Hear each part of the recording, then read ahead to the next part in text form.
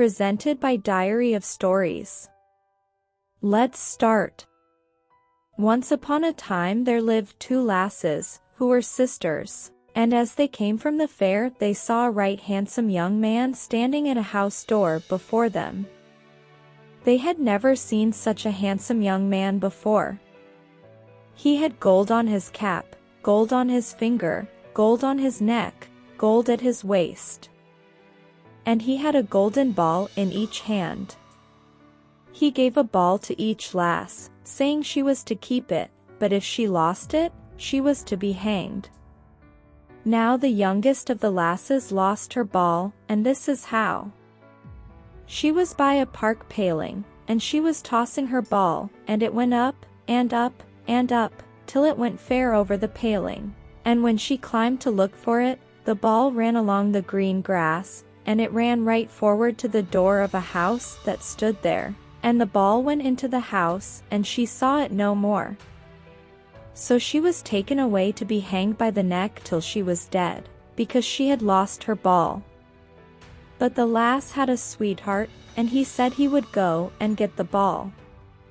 So he went to the park gate, but 'twas shut.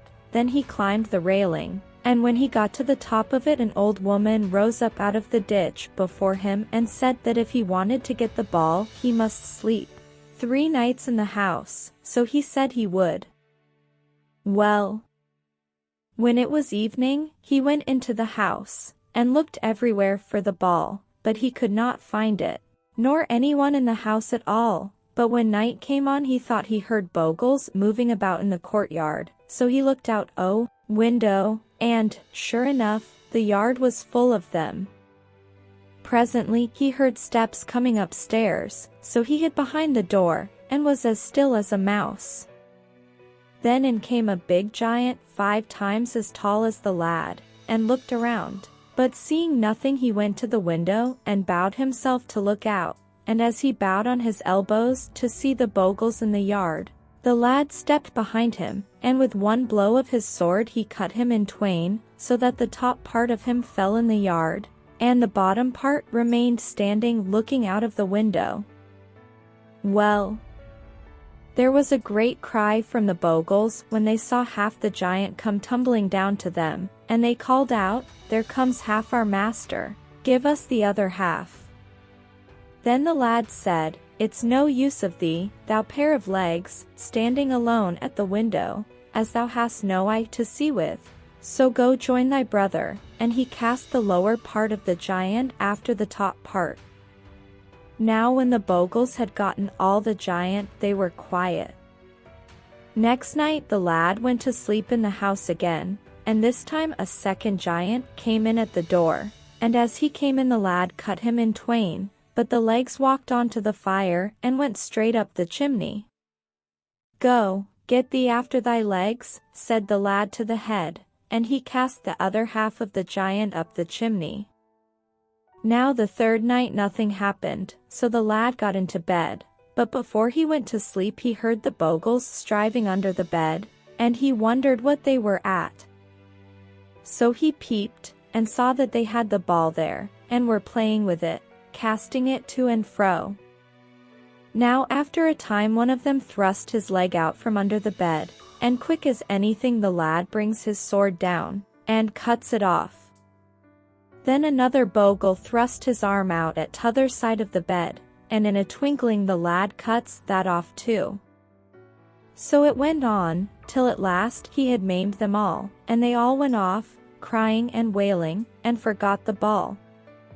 Then the lad got out of bed, found the ball, and went off at once to seek his true love. He heard the bogles striving under the bed. Now the lass had been taken to York to be hanged. She was brought out on the scaffold, and the hangman said, "Now, lass, thou must hang by the neck till thou be'st dead." But she cried out, "Stop, stop, I think I see my mother coming. O mother, hast thou brought my golden ball, and come to set me free?"